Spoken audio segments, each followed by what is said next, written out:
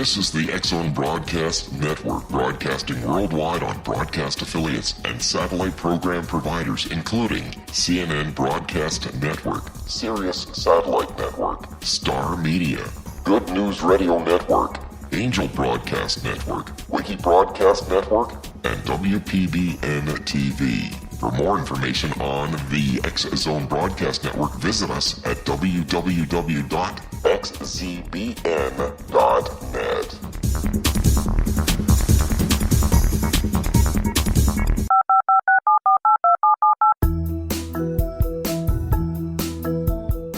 Did you know that when you're on the road with limited data or Wi-Fi, you can still listen to the X-Zone Radio Show with Rob McConnell, The Science of Magic with Gwilda Wiyaka, X-1, Dimension X, Space Patrol, and every minute of the X-Zone Broadcast Network by calling 213-401-0080, courtesy of Audio Now.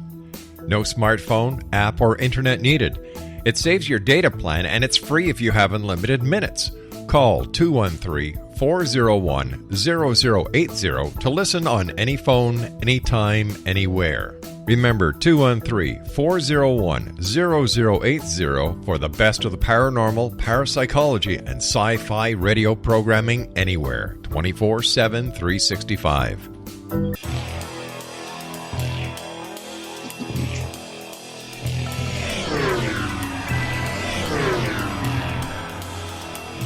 This is A Different Perspective with Kevin Randle.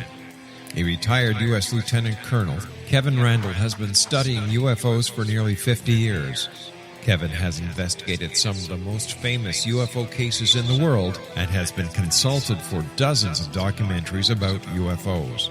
Considered one of the leading experts into the Roswell UFO crash of 1947, Kevin has written more than 25 books about UFOs, including the recently published Roswell in the 21st Century. Now, here is the host of A Different Perspective, Kevin Randle.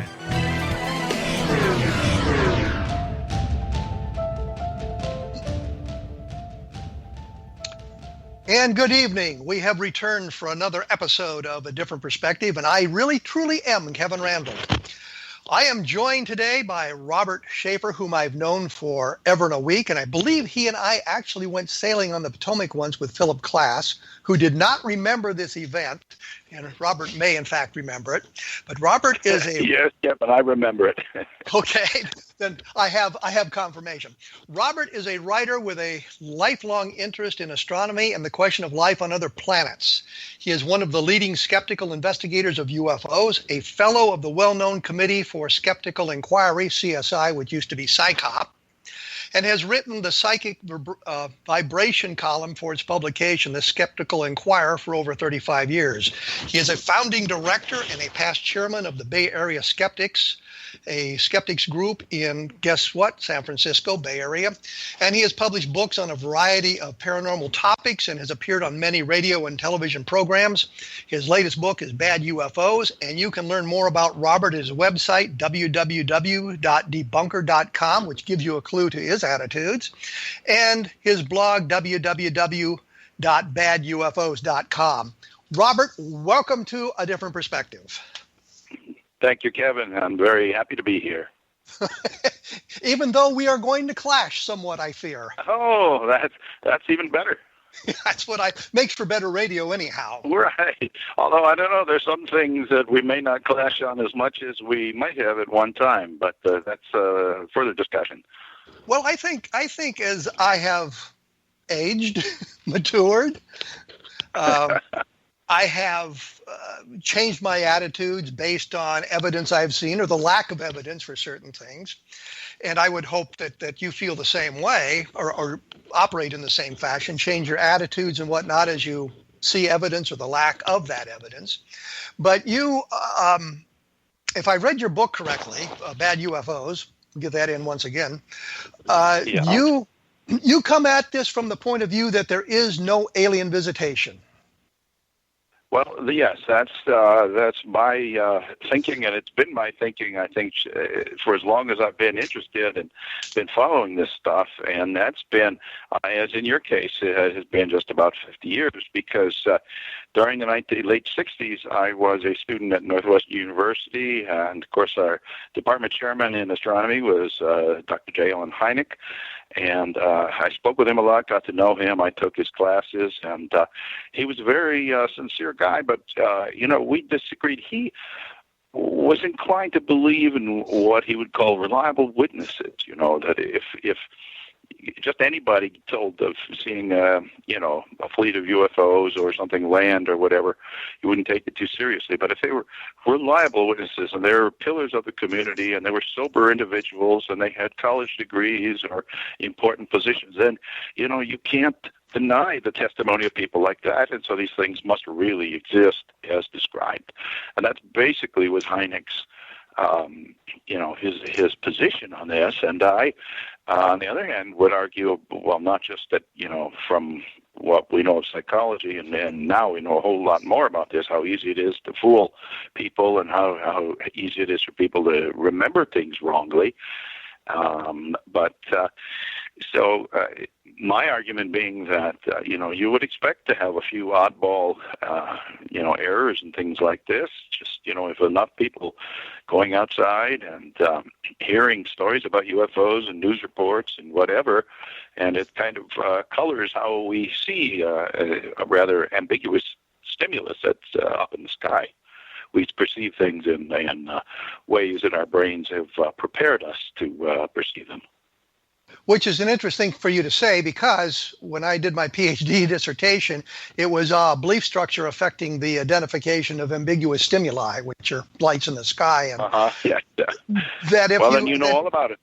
Then if you came at it from the point of view that there's alien visitation and you saw a strange light in the sky, you interpreted it as a UFO, meaning an alien spacecraft, not unidentified flying object. And if you had a deep religious background, you might identify it as a manifestation of angels or ghosts or something of that nature. So yes, and number of sightings, a number of religious visions and things, especially when you look back in history, far dwarfs any number of people who are seeing aliens. I think even today there are more people who claim to have encounters with angels and such. Robert, I need to interrupt you because we're coming up against a break here already. We will be back with a different perspective, and for more information, look at www.kevinrandle.blogspot.com.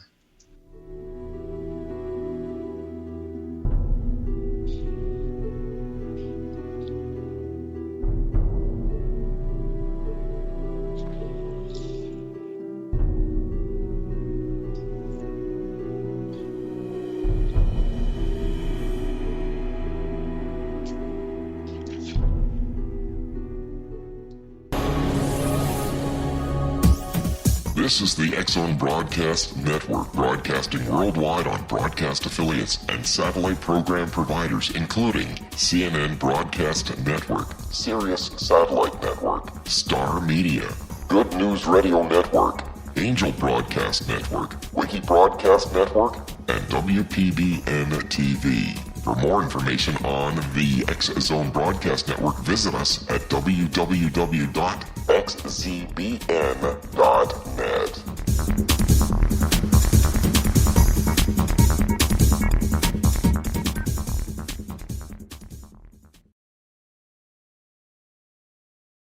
How would you like to be able to read other people's minds? Well, the next best thing is here. When you know how to read a person's name, you know how the person thinks, feels, and behaves.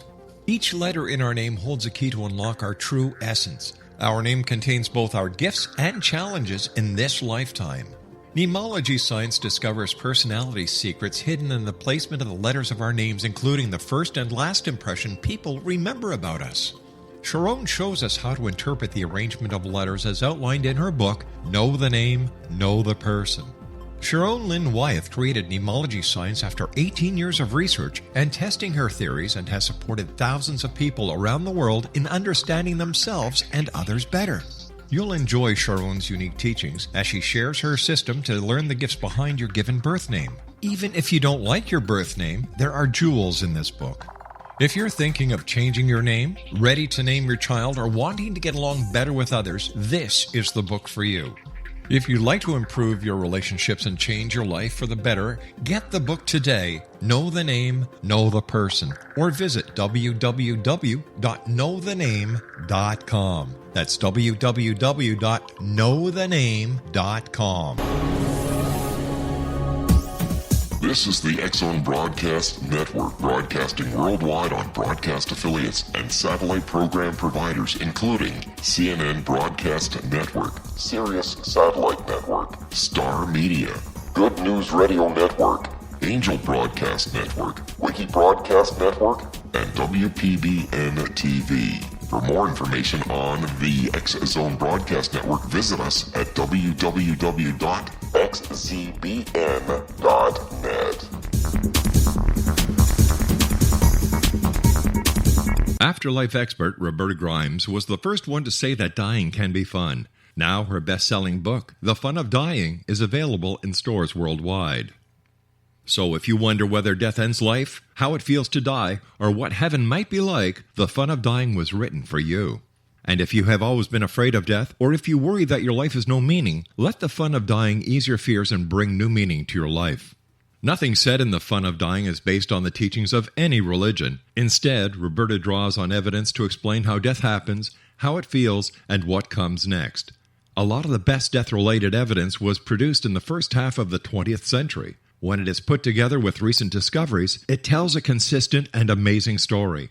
Roberta Grimes blogs and answers questions at robertagrimes.com. Her wonderful book, The Fun of Dying.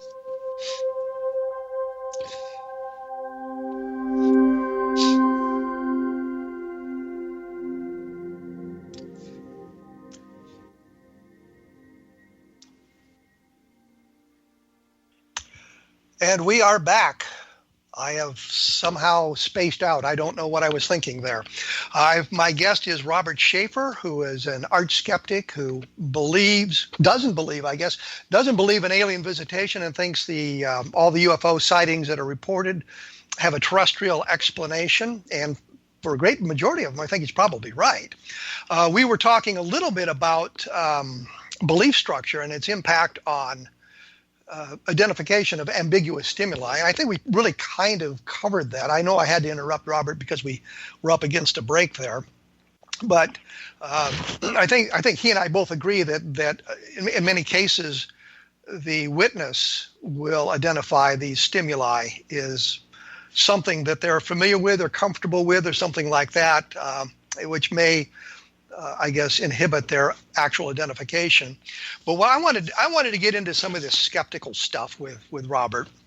And the question, the question I have, and I've never got a satisfactory answer for it, and Robert probably can give us one, is we who are investigate UFOs, if we believe in alien visitation, they say we have a bias built into our investigation that leads us in that direction. And I'm wondering, Robert, don't you have a similar bias built into your investigations because you think there's a terrestrial explanation? So that bias. You could call it a bias, but I don't think of it that way. I think in terms of Occam's razor, we know. Well, let's say we don't, people claim that aliens are visiting us, but there's no hard science or anything to support that. So if, as far as beings, that are not known to exist, if you can hypothesize an unknown beings as an explanation for something you want to explain, well, Occam says that you should choose the one that has the explanation that has the fewest speculative elements or the fewest new entities or whatever. If we have to create a new category of entities, such as visiting extraterrestrials who are very shy and play peekaboo and in general hide from us most of the time, there's no hard evidence that such things exist, and there's a lot of reasons to think that it doesn't exist. So I think just Occam's razor alone compels one to be skeptical and to adopt the null hypothesis, which is no, these are just things that we've seen before, meteors and whatever else, and now we have human hoaxes and drone flights and all kinds of things that people are seeing, Chinese lanterns, and that they're perceiving them according to previously existing concepts in their mind. What about when we have That's, multiple? What about when we have multiple chains of evidence? Meaning we've got eyewitnesses on the ground, and I understand the problem with eyewitness testimony, maybe better than most people. And we have, say, radar tracks and landing traces and maybe photographs. We have multiple chains of evidence. So clearly we're not dealing with somebody's... Well, but let's ask the question of whether these are all really consistent, or is it, when they say there's a radar visual case, what'll usually happen is some target, unexpected target turns up in radar, and somebody will say, go outside and see if you can see anything. And the guy goes up and sees Venus. Oh, yeah, I see something. And that goes down as a radar visual case. If you could show very clearly that, all these things are consistent in terms of time, in terms of direction, and so on, then I think you would have something solid. But I don't think there's any cases that really quite come up to that level. What about the Washington Nationals when you had aircraft scrambled off Newcastle Air Force Base to intercept objects that were seen on the radar screens, and when the jets got into position, the anomalous propagation, the targets seemed to disappear. Or in one case where the objects actually approached the fighter plane, and the pilot saw it coming at him, and was, you might say, engaged by the UFOs. Well, I mean, if the first part of what you said, I think, tells us a lot about what we need to know here, and that is that there was anomalous propagation and a good deal of confusion. And when you get a situation like this of, jets flying around and targets appearing and disappearing, I mean, I don't recall the exact specifics of this case that you're referring to, but again, is it the case that everything ties in, consistently, and even if it appears to be the case in just this one instance, the question I would ask is why don't we have, if there were other pilots up there and other targets, why just this one instance where it seemed to be real and everything else they seem to be chasing, mirages or anomalous propagations? I would say that other pilots did see them. And in fact, some cases the pilot said, you have a target on the radar at this location. So the pilot of the aircraft, and these were airline pilots who are the credible observers that Alan Hynek would talk about. I remember what he said. But what I'm saying is, these guys are familiar with what's in the sky, and sure, they can be fooled. The Charles Whitted case proves that. But we have airline pilots who spotted the things and called the air traffic controllers, and the air traffic controller says, yes, there's something there. And we had, in one instance, the target seen on 3 separate radars. So you've got some very good radar visual sightings going on there. And it's not that somebody said, well, go outside and take a look. It's a pilot saying, do you have traffic in my vicinity? Which is a whole different kettle of fish. Yeah.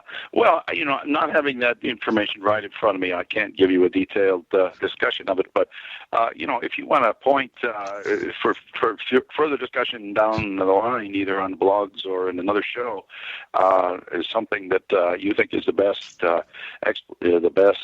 accounting of that and the most credible accounting of it, I'll take a look at it and spend a little time and see what I can give you my take on it then. But if this, there's been a lot written about these cases, or it's not really one case, it's a whole slew of cases of around 1952 in the summer, and class has written about it. A lot of people have written about it. So if we want to try to pin this down, we're going to have to get a little more specific here. Well, I'm just suggesting that there's an area involved in this case that kind of meets some of the criterion, which is not to say what we're dealing with is alien spacecraft, merely that there were things in the sky that were not easily identified, and it worried the president greatly, which would have been Harry Truman at the time. Yes. And this resulted in what I think of as the greatest headline I've ever seen in a newspaper, banner headline across the Cedar Rapids Gazette, which is right out of a science fiction movie. It says, "Saucers swarm over Capitol." And I'm thinking, didn't I see that in Earth versus the Flying Saucers or something? Anyway, well, that was just one example. And I really don't have anything sitting in front of me telling me about that. I'm just kind of dealing with what I remember about the case as well. But I talked to Dewey Fournet, who was the Pentagon liaison for UFOs, and Al Chop, who was the official civilian spokesman on UFOs for the Pentagon, who were in the radar rooms one of the nights this happened. And so they were giving me kind of an interesting perspective of what happened that night. And I'm not sure that the anomalous propagation argument works for everything in that case. Although there was to be fair, there was one case where radar operators were trying to direct a guy to an object, a B-25 pilot and his crew to an object, and every time they said you're right over the object, he was over the Potomac River, and there was some kind of a boat on there, and the anomalous propagation bends the radar waves, so it may have been that the radar scope was picking up this object on the Potomac. So there are sometimes ground objects turn up. Now the electronics has gotten much better in the radar in terms of rejecting false images, and it has been pointed out by Phil Klass and others that these types of radar sightings, big scale radar sightings especially, aren't really happening anymore. And it's either because the UFOs went away, as some people would say, or it's because we're getting better at identifying and rejecting false targets and false propagation. So, it's hard to say. Can I ask you something about Roswell? Can we get on that for a moment? I was actually gonna wait until the next segment before we got to Roswell. All right, fine. We'll do the Roswell next. Go ahead and ask your question, because it may lead into the question I had for you. So let's see what we can do. Right. Okay. Well, I'm looking at this review by Jerome Clark of your newest book of the Roswell in the 21st Century, and this is in 40 Times, I believe, the current issue. He says that this book is noteworthy for being the first recantation by a major figure in the controversy, now nearing its fourth decade. So the first question I'd want to ask you is, do you agree with his characterization? He calls it recanting Roswell certainty. Do you feel that there is an element of recanting in this book? Well, when you say element, certainly there is. And what I did was look at it as a cold case. Starting over from scratch, looking at all the files, looking at the interviews, how things have gone, what we've learned about some of the witnesses, and how unreliable they were. And looking at that sort of thing and bringing those things forward, trying to put everything into one place where a reader who is familiar with Roswell or not familiar with Roswell can get the latest information, but get both sides of the argument for a lot of these things. And I look at, for example, I call Walter Haut the real father of Roswell, simply because of the way his story evolved and how he was able to guide us to specific witnesses. I'm thinking here of Glenn Dennis. I had heard that there had been a mortician involved, and I remember sitting in his living room asking him questions. He said, "I know the name you're fishing for. It's Glenn Dennis." And Glenn Dennis had this marvelous story of the nurse and the preliminary autopsies being conducted at the Roswell Army Airfield and that sort of thing. And it turns out that Glenn Dennis was not telling us the truth, and there were a lot of problems with that. And I try to bring all of that sort of thing out in the book. So we look at that, and then we look at Walter Haut, who had said repeatedly, "I only wrote the press release. I only wrote the press release." And in fact, there's one interview that he conducted. He said, "I asked Colonel Blanchard if I could see the craft, and Blanchard said no." And so we have that on the record. And then we moved to 2000 and later, and he's talking about how he had seen the craft. He had seen the bodies, but he would contradict himself in a single sentence. "Well, I didn't see anything, but I saw one of the bodies," or something like that. It wasn't quite that way, but it was in that direction. And I'm not sure how reliable that could be. Have to really congratulate you for pursuing this and for not just letting these inconsistencies slide by like so many writers will do. I wrote, I think this is in my book, and also in some talks I gave. I talked about Carl Flock and how he started out as a believer in the Roswell crash story, and his wife, I guess, was working for Congressman, what was his name, Schiff, and so on, and they had requested this information from the government concerning Roswell. Anyway, he ended up very skeptical. He wrote a book, 2001, Roswell, Inconvenient Facts and the Will to Believe, and in it, he said he demonstrated inconsistencies, like you're talking about, that of the just 4 people who were publicly identified as witnesses to alien bodies. I'm going to have to interrupt you.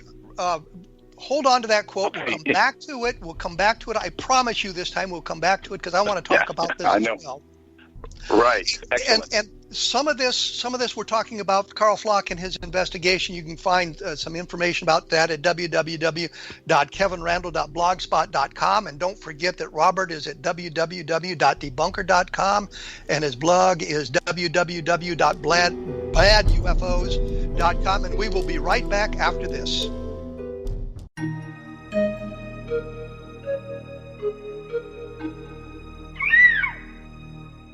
While science pursues fact, magic accesses the quantum level, bridging random facts to form truth.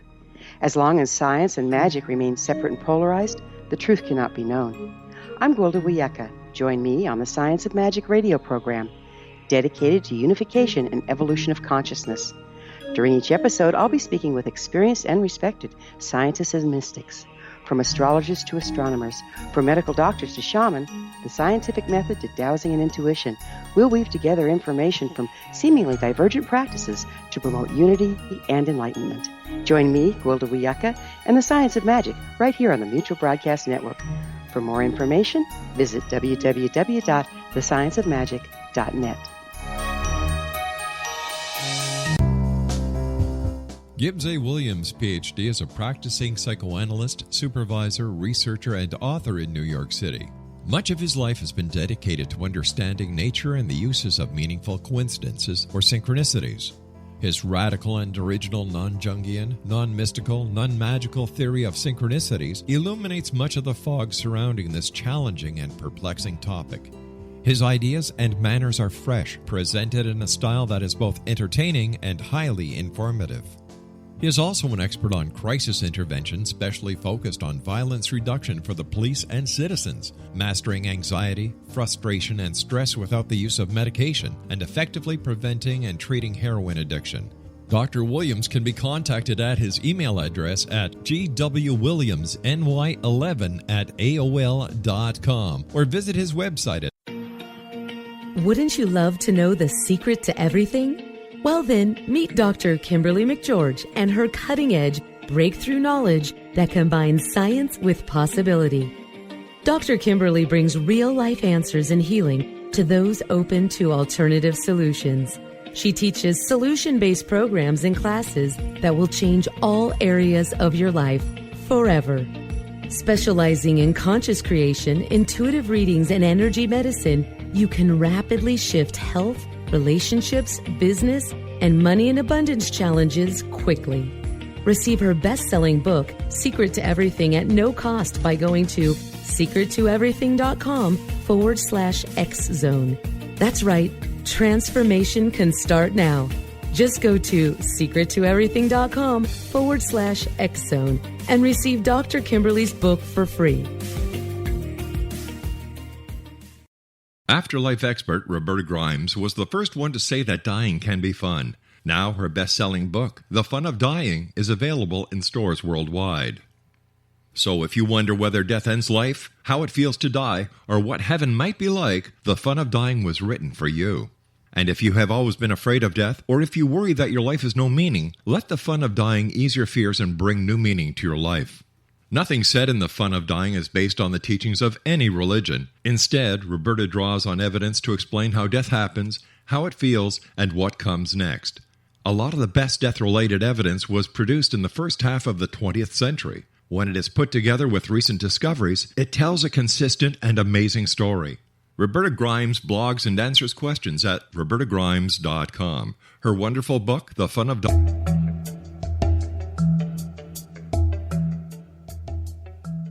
And we are back with Robert Sheaffer, whom I cut off because we were coming up against a break here, and he was talking about Carl Flock in his book, Roswell, Inconvenient Facts and the Will to Believe.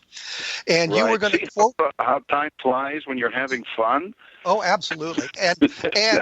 And you were going to read a short segment from that, although I much prefer that you promote my book, Roswell in the 21st Century. I'm about to get to your book after I talk about his book. Okay. What Flock said in 2001 was after analyzing the story of the four publicly identified witnesses, he said, quote, "Not one of the purported first-hand witnesses to alien bodies and a lone survivor is credible. Not one." End quote. Now, looking at this review in 40 Times of your new book, which I haven't seen your new book yet, so I have to rely on what it says here. And it's supposed to be coming to you from the publisher, and I sent him a copy of the review and your address 2 weeks ago. Okay, well, fantastic. I'm sure it'll get here at some point. The reviewer, Jerome Clark, said, of 8 claimants he spoke, that is you spoke directly with all who said they had observed such bodies. Randle writes, not one, ... turned out to be telling the truth. So essentially you're saying what Flock said back then, only you've raised the number from 4 to 8. And I had always said that I had talked to 8 people who claimed to have seen the bodies, and I said that as early as 1991, 1992. And some of them I thought were quite reliable, and they all, well, Glenn Dennis was one of them, for example, and they all seem to have blown up on us. So Flock was correct on that point, that the people who claimed firsthand knowledge of the bodies, we were left with basically secondhand testimony, family members who said that my father saw the bodies, or my brother saw the bodies, or something like that. So he's right. And of course, the whole reason for this is, to try to explain these sightings of bodies, we get these oddball things like Annie Jacobson writes that it was a commie Nazi saucer with Mengele and Stalin, and they had crashed in Roswell with children who'd been mutilated or something, and this crazy stuff like that, or that they supposedly the Air Force was dropping crash test dummies or something in the desert, and this is intended as an explanation of why we have reports, why people are seeing bodies in the desert. But I think what we've just established is nobody really is testifying to seeing these little bodies, or at least nobody who appears to be telling the truth is seeing bodies. Well, we have some interesting secondhand testimony, and I quote it that way, secondhand testimony that suggests that. And we have some problems. We go back to Carl Flock, and he writes that he had spoken to 3 firefighters, Dan Dwyer being a fire lieutenant, the father of Frankie Rowe, who told her that he had seen the bodies. And Flock says he talked to the firefighters, not one of them said this was true. They didn't make the run outside the city limits. What I point out in my book is that I talked to one of those guys as well. And we were talking about this, and he was telling me the exact same thing he told Carl Flock. We didn't make a run. We didn't go out there. And I asked another question. I said, do you know Dan Dwyer? And he said, oh, I know Dan. He went out there. And I said, what? And he said, yeah, he went out in his private car. This colonel came by, and I don't know why it's always a colonel. It's never a captain, never a major. It's always a colonel. Came by and said, we have this handled. You guys don't need to go out there. So Dwyer went out in his private car. So there was no fire department run out there, so we couldn't find it in the fire records, which we couldn't find because I'd looked. But we had a firefighter who Carl had talked to, who told him that we didn't make the run out there, which was true, but he didn't ask the follow-up question. And that kind of bugged me a little bit about Carl's book. He didn't go the extra step to ask the additional question, which leads me into my next point about skepticism. A lot of the skeptics embraced the Project Mogul explanation for Roswell. My question to you is this: what about the entry in Albert Crary's diary? It says flight number 4, the culprit, supposedly that caused this idea of an alien spacecraft. Flight number 4 was canceled and it never flew. How come the skeptical community, and I would think as a skeptic, anything that you look at, you have to look at it with a skeptical eye, whether it kind of fits into your bias or works against your bias, which is what I attempt to do in Roswell in the 21st century, work against my bias in this. But aren't you obligated as a skeptic to look at even the explanations as skeptically? Oh, absolutely, and you do have to keep that in mind. And now I forget which flight was supposed to be this one specific flight that Yes. they saw. I mean, yeah. Now, again, are we certain that he says, well, it didn't fly, but are there other records? Are there? Yes. My understanding, there were several flights that went sort of missing, and they landed somewhere, but they didn't find out exactly where. Nope, not true. All the flights are accounted for except for flight number 4. Flight number 4 in Albert Crevy's diary, and he's the guy leading the project in Alamogordo at the time, wrote of flight number 4, the flight was canceled. He then writes that we flew a cluster of balloons later in the day. Cluster of balloons was not flight number 4. We know what a cluster of balloons was based on other documentation that we have on that. There is no notice in the records of flight number 4. It says the first successful flight in New Mexico was flight number 5.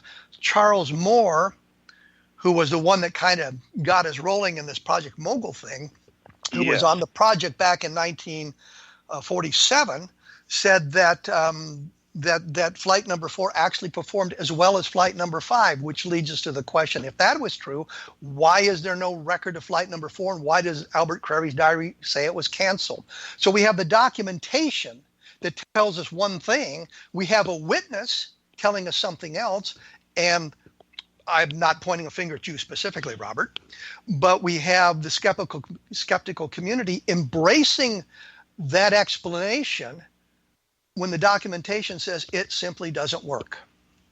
Well, I guess what you're saying is that the documentation is inconsistent here because, Moore says one thing and the other guy says another thing. And No. Moore has no documentation to back it up. Moore is going strictly on his memory of the flights. He's saying this is what happened. I'm saying the documentation tells us one thing. There is no contrary documentation to refute it. It is merely Moore's explanation. Explanation, yeah.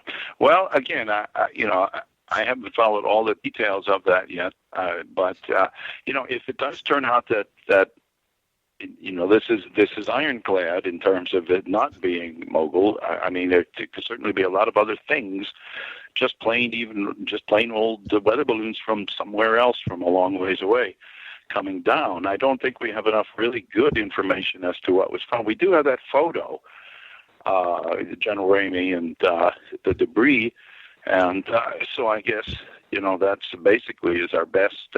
If you believe that that's what they actually recovered, or if you believe that they switched it somehow as part of the, as part of the cover-up. It's absolutely true that the photographs taken in General Ramey's office are of a weather balloon and a radar reflector. That's absolutely clear. And Project Mogul was made up of radar reflectors and weather balloons and microphones and some other things like that. The arrays were at one point about 600 feet long, and they were required to file NOTAMs, which are notices to airmen, for those of you who are not pilots. Telling them about the hazards to navigation. And a NOTAM could be something, a runway at an airport is closed for reconstructions, or there's trees at the end of the runway that could present a hazard. But it's things that you need to know about the airport. And since these arrays were 600 feet long, they thought they might pose a threat to aerial navigation. And so they were required to file NOTAMs of the first some flights about that out of New Mexico. But the thing was, they were not allowed to fly them in cloudy weather, and they were not allowed to launch them prior to dawn, so that the pilots would have an opportunity to see them. And flight number 4, according to Moore, was launched at 2:30 in the morning, even though Crary says that we had no flight today because of clouds. So, I mean, I think the documentation is pretty clear on that point. And when you get your copy of Roswell in the 21st Century, there is a huge appendix that deals with all that information in great detail. So all the arguments are there, and what Moore has said, and what other people have said, and what the arguments turn out to be. And I'm not sure how excited the radio audience is about our discussion of this in such detail. But the question was simply that when we have documentation, which I think the skeptics would say take precedent over memories that are 40, 50 years old. Yes, why do the skeptics reject the documentation for Project Mogul?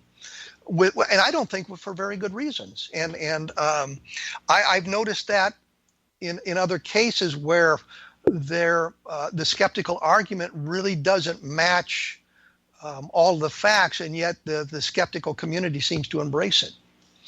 And that was my question. Why shouldn't you remain skeptical of all aspects of it? And it seems that they... Well, of course, and I remain open to explanations that it may have not been Mogul, may have been some other explanation. I would push back against extraterrestrial explanations on the grounds of Occam's razor and such. But if somebody wants to suggest that something else of human construction was out there and was found and was not identified, then it's I don't have a problem with that.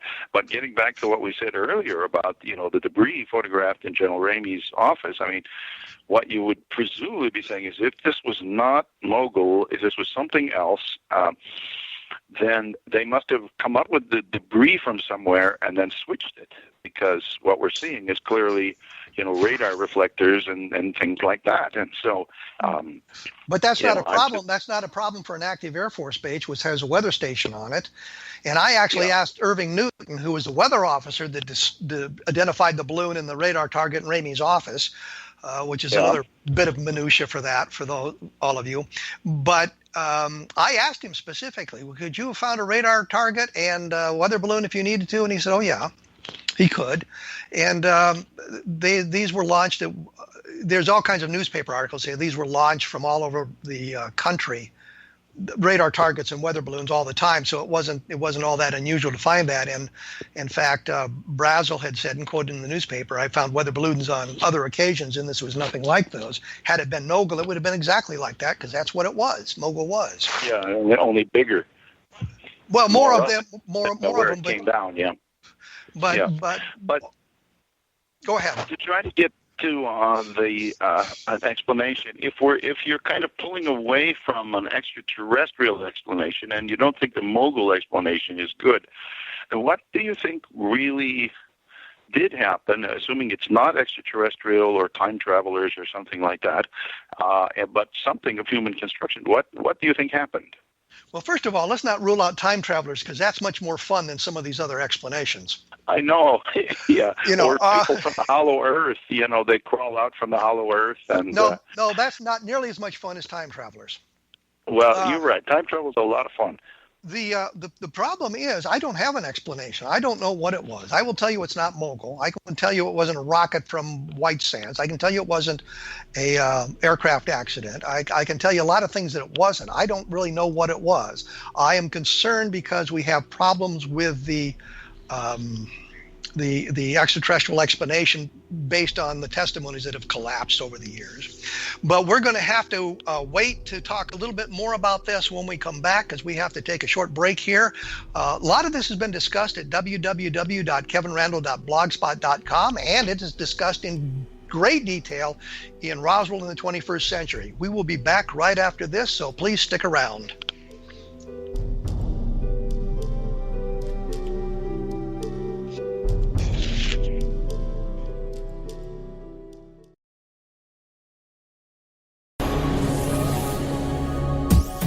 This is the X-Zone Broadcast Network, broadcasting worldwide on broadcast affiliates and satellite program providers, including CNN Broadcast Network, Sirius Satellite Network, Star Media, Good News Radio Network, Angel Broadcast Network, Wiki Broadcast Network, and WPBN TV. For more information on the X-Zone Broadcast Network, visit us at www.xzbn.net.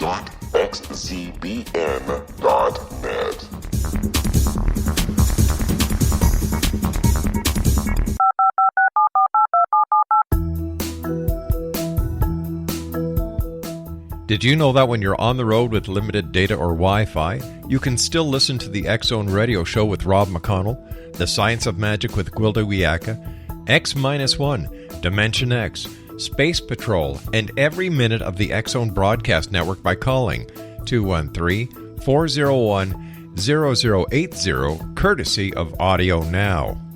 No smartphone, app, or internet needed. It saves your data plan, and it's free if you have unlimited minutes. Call 213-401-0080 to listen on any phone, anytime, anywhere. Remember, 213-401-0080 for the best of the paranormal, parapsychology, and sci-fi radio programming anywhere, 24/7, 365.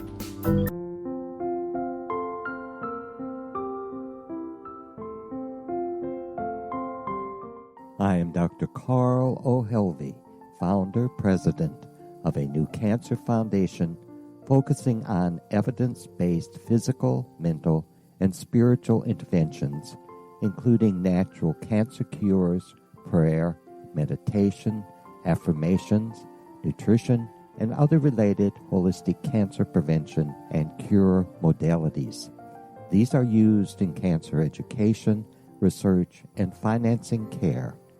I ask for your help to continue this important work by donating at www.holisticcancerfoundation.com.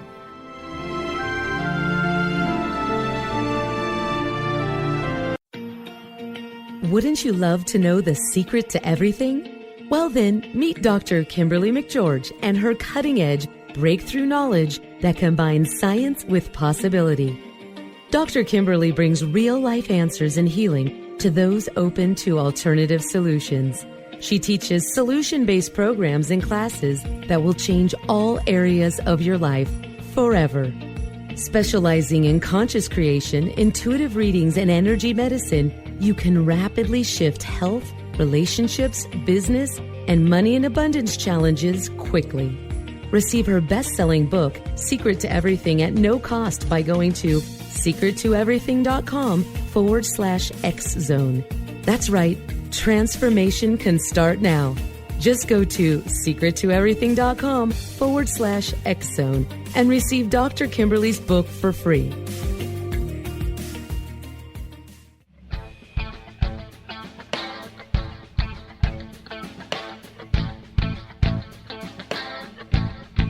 What Happened in Benghazi is revealed by Nicholas Genix, author of Obama, Islam, and Benghazi. He informs the American people that President Obama deceived them by advocating a strong foreign policy prior to the 2012 presidential election, and Hillary Clinton supported this deception. As the title infers, there is a connection between Obama, Islam, and Benghazi. Ample evidence informs Americans that Obama's early indoctrination in the Quran developed an affinity for Islam, why the Quran is the source of discontent in many countries, and why the Obama foreign policy deception led to poor military action and caused the loss of American lives in Benghazi. Genix provides 36 questions for the Select Committee on Benghazi to validate if Americans are justified to mistrust President Obama and Hillary Clinton. An overview of Obama, Islam, and Benghazi is presented on the website www.futureofgodamen.com. That's www.futureofgodamen.com. You're listening to the X-Zone Broadcast Network, www.xzbn.net.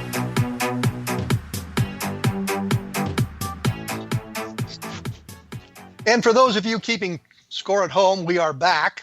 And I don't know how this has happened that we've come back, given the discussion that went on privately here. I wanted to move away from the Roswell case, which I think Robert and I pretty well hammered into the ground. And you can take a look at some of what he says in his book, Bad UFOs, or at his blog, www.debunker.com and www.badufos.com. In his book, he talks about abductions. And the one thing that annoys me about these discussions, well, there's two things. Number one is, unfortunately, I am the guy who first reported the aliens coming into the bedroom. If you go back to 1976, I did a story about a family who thought they had been abducted by UFOs, and they had come into the house to take them out. I think that's the first time it ever appeared in print. So that's my responsibility, and I abdicate that right now. The second thing is... Well, yeah, I attributed that to our dear friend Bud Hopkins, of course, and, he being his book, what was it? His first book was the one... Intruders, was the one that first had this business, at least on a big scale, had the aliens coming into the bedroom. Before that, if you wanted to be abducted, you had to go out someplace where it's dark and maybe a clear sky and a lot of stars and the moon or something. But then, the aliens would come and get you rather than you going out and... having to kind of be ensnared by them. So you're saying that you beat him by a couple of years on this? Oh, absolutely, absolutely. Absolutely. I did it in a Saga's UFO report. It was called A Family Kidnapped by UFOs.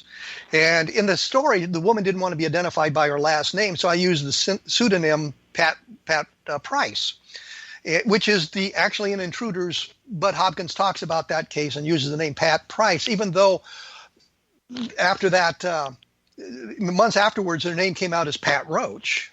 And she was very sincere in her belief. She was just, I think, a victim of sleep paralysis. But she had talked about how the creatures had come in the house, and she remembered one standing off in the corner with some kind of a device. And you look at sleep paralysis, and you learn that in 80 or 90% of the cases of sleep paralysis, the person who suffers from this talks about an alien, some kind of presence in the room with them.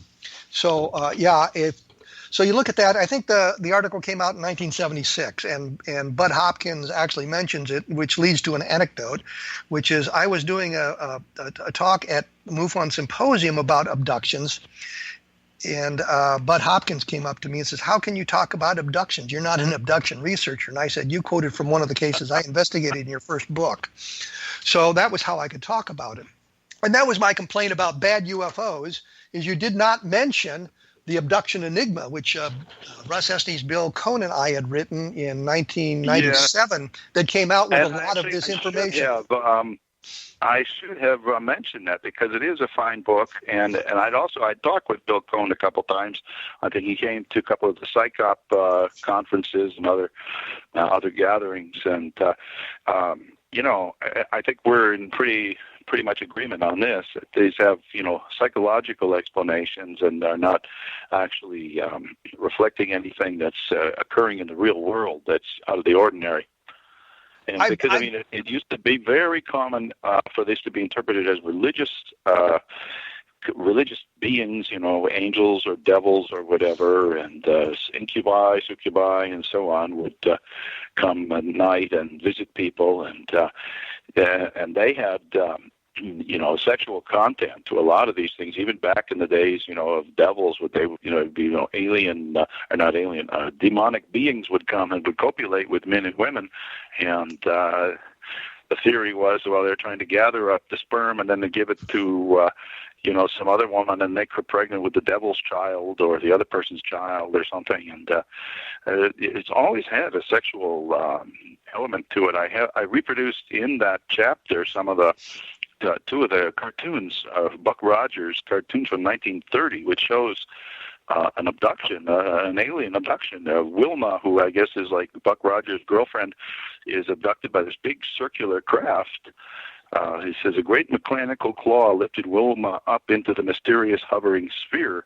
And then when she's taken on there, she was given what we would now call a table examination, as they have these supposed stages or elements. So Eddie Ball has a list of elements of UFO abductions that are supposed to indicate a real abduction as opposed to a fantasized one. And turns out that this Buck Rogers story lists it almost as better than any of the modern stories. So but it's not any deep mystery here. I don't think it has to do with with drama and with the way of telling a story and what has to happen. And of course, she's laying on this table, and she's in a very short dress. It's kind of slid up, and the alien beings, who are some sort of cat creatures, are examining her. But it's very interesting to see how this has a lot to do with sexual imagery and such. But we look at some of the science fiction films from the 1950s. I think of Killers from Space specifically with Peter Graves, which is really a bad science fiction movie. It's so bad it's fun. Yeah. But he talks about how he was abducted out of the airplane that was about to crash, and they bring him to their cave where they're doing this sort of thing, and he's on a table and he sees his heart taken out of his chest as they manipulate it and make sure that he's still alive, and that sort of thing. And so you have all the elements of the abduction of the big-eyed aliens. That was the big thing about the movie, is he was really bothered by their big eyes. And but you have all the elements of the abduction in this really bad 1950 science fiction movie when Bud Hopkins, and I pick on Bud Hopkins because he was sort of the guru, saying there were no traditional sci-fi gods or demons to account for the abduction phenomenon. And we say, yeah, Killers from Space, pal. Take a look at that. Yeah. And you can go from other things as well. The science fiction from the 1930s that you were talking about as well kind of leads us in that direction. So we've got all that. Yes, it does. Marty Kottmeyer has written some articles that are just really go into this in great detail of science fiction precursors for the because you're right. Bud Hopkins said that we are unpredisposed to see. Or maybe it was Jake, because I thought it was Hopkins who said that, we are unpredisposed by science fiction to see, abductions of this story. And then he went into that and showed how, no, we are very much predisposed to see these things based on the existing science fiction. Well, even if we grant that point, that we're not predisposed, the victim of abduction is not predisposed by the science fiction. All we have to do is look at the transcripts of the hypnotic regression sessions in which this information comes out, and you can see the operator, meaning the hypnotist, whether it's someone called in by an abduction researchers to conduct the questioning, or it's somebody else, or it's a researcher himself or herself doing it. We see them leading them into that direction. You'll read the person saying, "I don't remember anything more," and they say, "Yes, you can. There's much more there. You can get to that. We'll get you into a deeper state of hypnosis and bring all this stuff out." So there's a real problem the way the research is conducted and that sort of thing as well. I am not proposing that all abductions are the result of sleep paralysis, by the way. I think there's a lot of other explanations, but they're all terrestrially based. But sleep paralysis is one that I think leads to a lot of the belief that somebody's been abducted. And what I was thinking specifically is they say, well, some of the abductions are not pulled out through hypnosis, but the person's come to them with an episode of sleep paralysis and said, this thing happened to me, and I seem to remember an entity in the room, and they put them under hypnosis and drag them into the alien abduction arena. Yeah, exactly. Make it fit the story better. I can remember David Jacobs saying in some of his talks that when people are first put under hypnosis to talk about the abduction that they reportedly have had, that their stories vary all over the place, and they don't recall it accurately. They don't get it accurately, but it's only after repeated sessions then they are able to recall it accurately. In other words, he's saying that he basically badgers them and leads them until they tell the kind of story that he wants them to tell, and then that's taken as proof that all the other people are telling the truth about these things. Well, some people are talking about military abductions, and it's kind of silly, I think, but some people take that seriously. The idea that the military is abducting people. Yeah. John Mack had said at one point, and it's actually in Bryant's book about the Close Encounters of the Fourth Kind.